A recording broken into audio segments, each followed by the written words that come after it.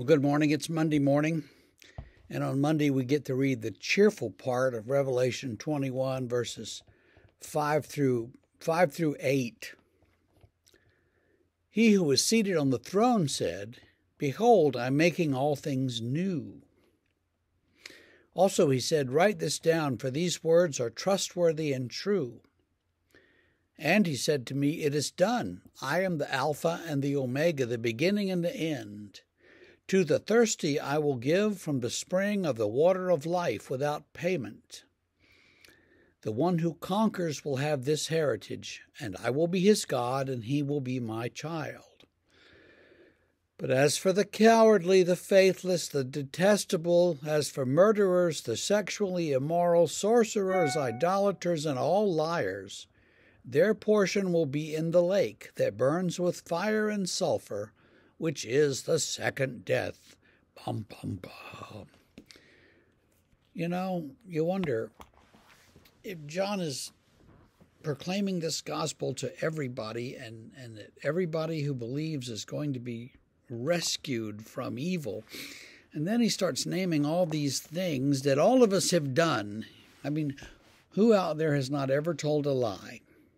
Oh, you told one, that makes you a liar. You're gone. I mean,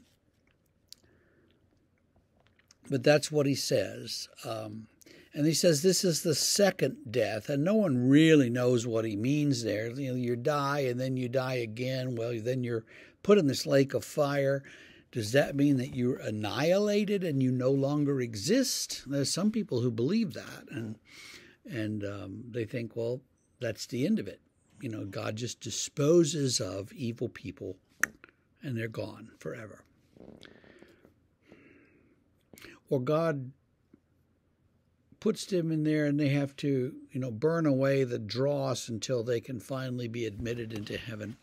I don't know. I mean, if you start talking about salvation and who gets in and who gets out, then it's either everybody gets in or nobody gets in, or you got to make some distinction in the middle. It's very difficult actually to do. So that's for you to think about a little bit. The point here, though, it is done. I am the Alpha and the Omega. The Alpha is the first letter of the Greek alphabet. Omega is the last letter of the Greek alphabet. And so, I'm the beginning and the end. I'm the first and the last. I'm the A and the Z. And I include everything. Everything that happened, because of me.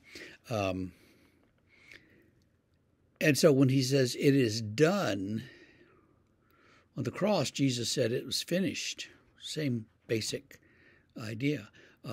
So maybe this is Jesus on the cross saying, it's done, it's finished. Ta-da!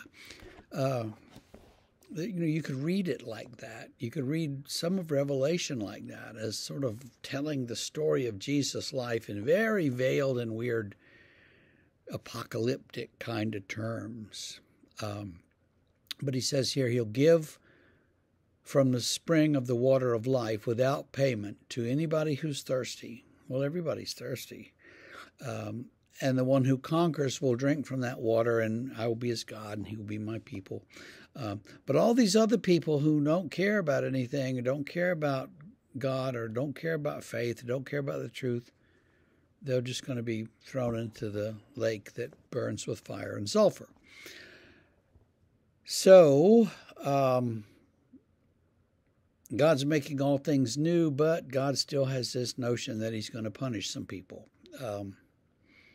That's what it says. And I think we have to take that seriously, take it at face value. But there may be ways that we can say, well, okay, what does he mean there? Because surely he doesn't mean that all of us are going to be thrown into the lake of fire. So what does he mean? What is he thinking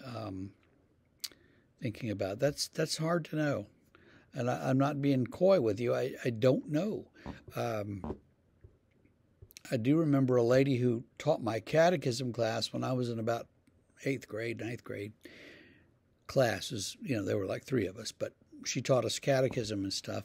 And she commented one time that she was so aggrieved about all of her sins, and we were sitting there going, we're like typical 8th grade boys, and we're sitting there going, what sins does this old lady possibly have that she could be so worried about? What sins does this lady even know about? She doesn't even know about sin. We know about sin. She doesn't know about it. But I think the further you go into spiritual life, the more you're aware of your sins. And so perhaps we're aware of things